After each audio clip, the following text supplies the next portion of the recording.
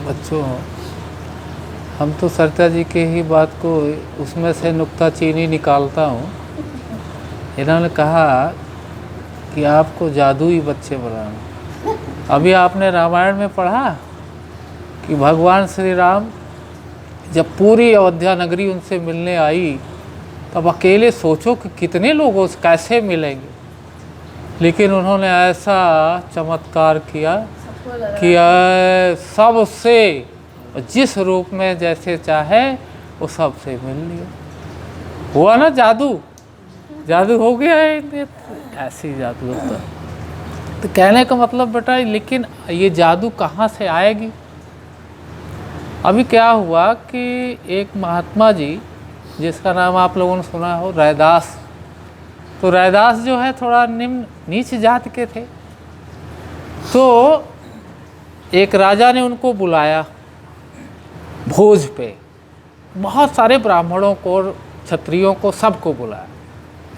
उनका आसन, चूंकि भक्त रैदास को जानते थे कि बहुत ऊंचे संत महात्मा है, तो उनको थोड़ा सा ऊंचा आसन दे दिया उन्होंने। अब जब ऊंचा आसन दे दिया, ब्राह्मणों को जो है नीचे बैठा दिया। तो ब्राह्मण लोग तो जानती हैं, आए तो कहे बताइए कि ये निम्न जाति का, इसको बहुत ऊंचा आसन दे दिए और हम लोगों को जो है नीचे बैठाए हुए। अब वो कहे कि हम यहाँ भोजन करेंगे ही नहीं। अब चूंकि राजा साहब परेशान हो गए कि भाई ये तो हमारा सारा किया कराया व्यर्थ जाएगा। लेकिन अब उनको भक्त रैदास जी से कहें तो कैसे कहें, अब उनको आसन पे बैठा चुके थे। लेकिन जब देखे कि सारे लोग वापस जा रहे हैं, तो जाके महात्मा जी से अनुनय विनय किए, कहे प्रभु आज मेरा ये जो भंडारा प्रोग्राम है ये सब व्यर्थ हो जाएगा। कहें क्या बात है? कहें जो आपको ऊंचा आसन, अरे भाई हमको जहाँ बैठा दो मैं वहाँ ही बैठ जाऊँगा।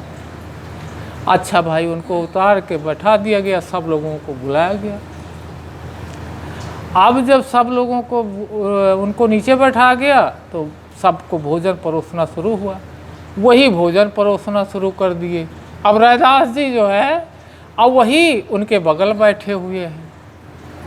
तो ये देखिए चमत्कार, जादू कहाँ से पैदा होती है? ये हमारे आंतरिक में, आत्मा से पैदा होता है। लेकिन अभी आत्मा का बच्चों, आप लोगों को ये तो सौभाग्य की बात है कि आप लोगों को ऐसे ईश्वर प्रदत्त करता है ना, ऐसी जगहों पर जाने के लिए। जब भगवान की बहुत बड़ी महती कृपा होती है, तब ये जाके ऐसे स्थान मिलते हैं जहाँ पर आत्मा, इन सब चीज़ों की बात की जाती है ना। ऐसे ही एक महात्मा जी जो है, वो जाके कंदराओं गुफाओं में, जैसे बहुत लोग जाते हैं ना कि चलो वहाँ पर एकांत रहेगा, कोई नहीं रहेगा, तो हम ईश्वर की याद कर सकते हैं। तो एक महात्मा जी गए कंदराओं में, गुफाओं में घुस करके वहीं पे माला का जाप कर रहे थे। तो भगवान क्या करता है कि कहीं न कहीं जब भक्त ईश्वर को पाने के लिए करता है, तो एक रास्ता दिखाता है, एक सच्चा रास्ता दिखाता है। तो सब फिर भी वो गुफाओं में भी देखने वाले देख लिए कि बहुत बड़े महात्मा जी भैया गुफा में रहते हैं। देख लिए तो अब तो सोचे कि हमारा तो बेकार हो गया। तो किसी ने बताया कि ऐसा है, आप चले जाओ दास कबीर के पास, उनसे आपको सच्ची शिक्षा मिलेगी। अब वो भैया वहाँ से चले, तो ये तो जान गए कबीर साहब कि वो आ रहे हैं। तो इन्होंने अपने श्रीमती जी से कहा, अब सूर्य निकला पूरा दिन, श्रीमती जी से कहा कि भाई जरा दीपक जला लाना। आवाज़ के अब श्रीमती जी से कह दिया दिने माँ कि दीपक जलाए लावा। कहीं इनका देखा था पागल का। लेकिन तब की माताएं बहनें मतलब इस तरीके से आज्ञाकारी होती थी, उन्होंने गई कि भाई ये कह रहे हैं तो हम जाके ला रही हैं। उन्होंने गई और वो दीपक जला के ले आके रख दी।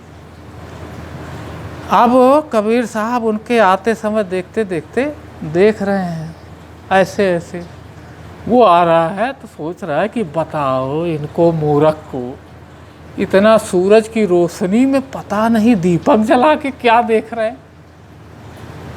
मतलब सूरज उगा हुआ है अब उस सूरज की रोशनी में दीपक जलाए बैठे, इसमें क्या ढूंढ आए। वो पूछने लगे महाराज क्या ढूंढ रहे हैं आप, क्या ढूंढ रहे हैं?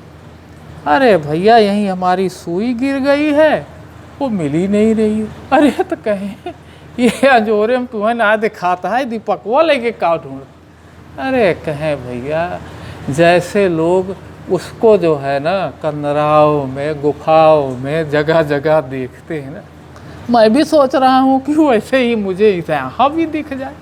तो कहने का मतलब बेटा ये चाहे जितने जहाँ भी आप जाइए, लेकिन वो मिलेंगे तो अपने भीतर ही मिलेंगे, वो कहीं अन्यत्र नहीं मिलेंगे।